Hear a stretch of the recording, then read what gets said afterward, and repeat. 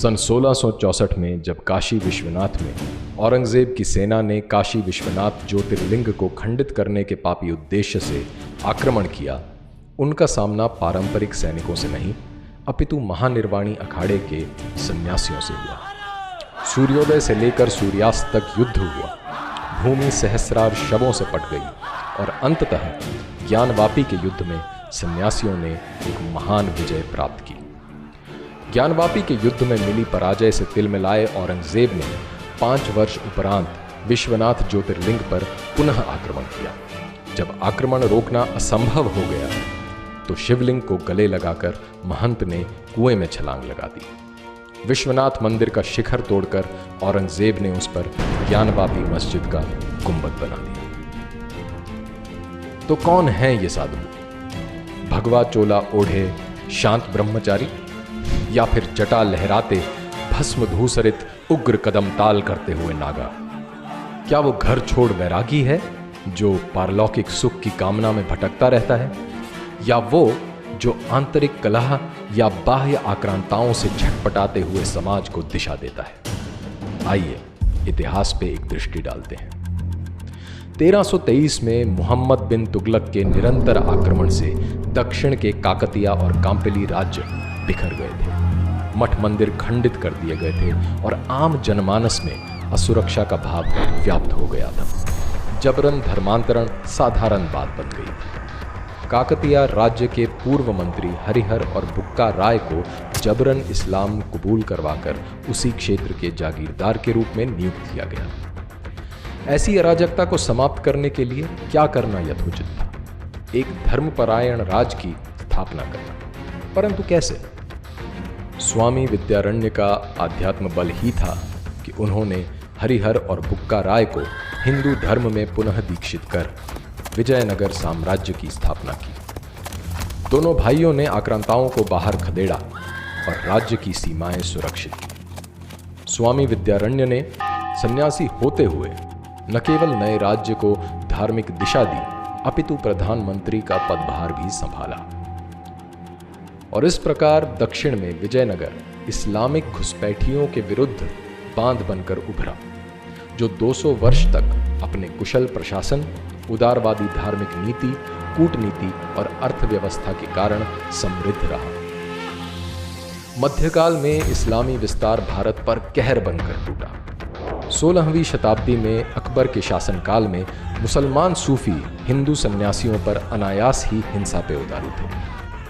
इसके परिणाम स्वरूप स्वामी मधुसूदन सरस्वती ने सन्यासियों को आत्मरक्षा में शस्त्र उठाने हेतु काशी में प्रतिज्ञाबद्ध किया। 17वीं शताब्दी की शुरुआत में मराठी सन्यासी स्वामी समर्थ रामदास तीर्थाटन करते हुए इस्लामिक आक्रांताओं के पराधीन भारत की दुर्दशा को प्रत्यक्ष देख रहे थे। जनमानस मरणासन्न हो चुका था।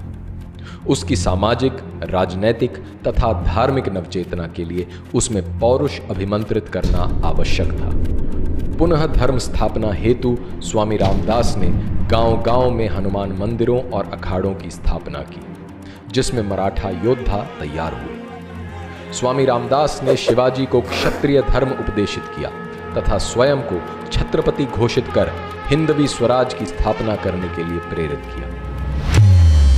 औरंगजेब के शासनकाल में मुगल आतंक अपने चरम पे पहुंचा, जब गुरु गोविंद सिंह के शिशुपुत्रों को इस्लाम न कबूल करने पर दीवारों में चुनवा दिया गया। उधर लक्ष्मण दास नामक एक राजपूत को अपने हाथों से हुई गर्भवती हिरनी की हत्या के कारण संसार से विरक्ति हुई। योगिक साधना करते हुए इन्होंने कई सिद्धियां प्राप्त की।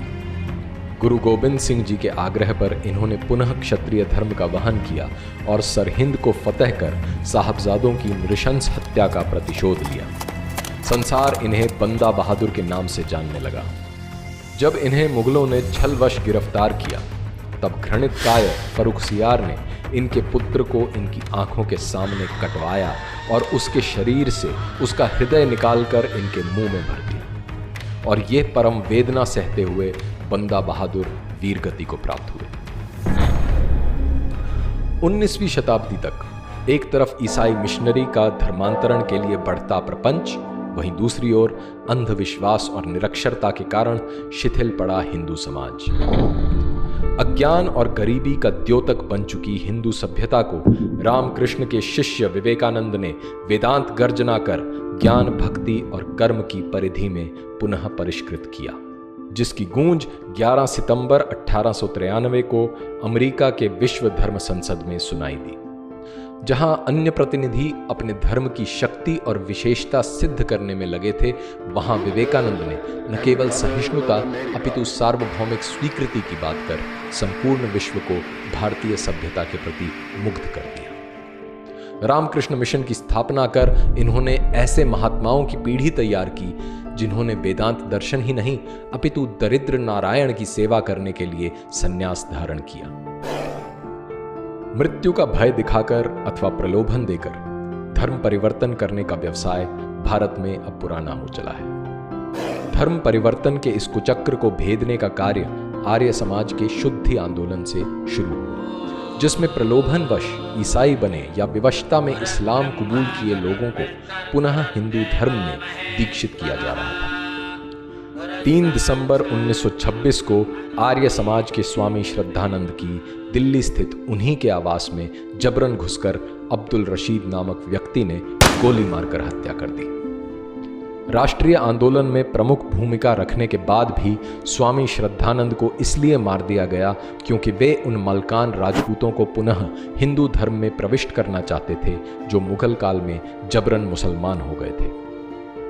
स्वतंत्रता के बाद सेक्युलरवाद की आड़ में धर्मांतरण का ये व्यवसाय चलता रहा और विधर्मियों द्वारा सन्यासियों की निर्मम हत्या नहीं रुकी। यूं तो कंधमाल की जनजातियों का ईसाई धर्मांधों से संघर्ष का इतिहास रहा ही है, परंतु 1968 में स्वामी लक्ष्मणानंद के आने के बाद जनजातियों में ये चेतना पुनः जगी।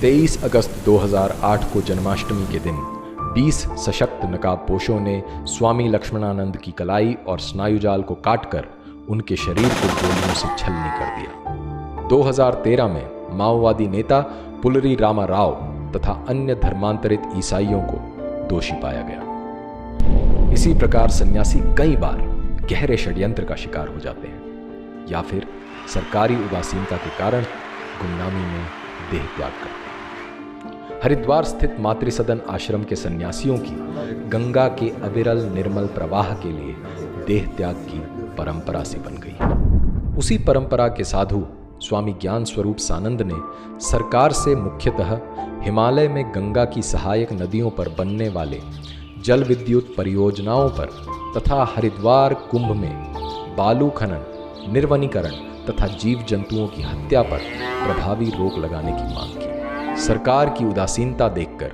मजबूरन आमरण अनशन पर बैठे।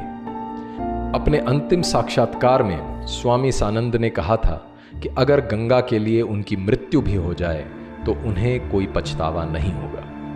12 अक्टूबर 2018 को स्वामी सानंद ने अनशन के 112वें दिन अंतिम सांस ली। इतिहास साक्षी है कि मोह माया की दास्ता न स्वीकार करने वाले सन्यासियों ने सांस्कृतिक दासता के विरुद्ध अग्रिम भूमिका निभाई है। भारत के इन वीर सपूतों को हमारा शत शत नमन।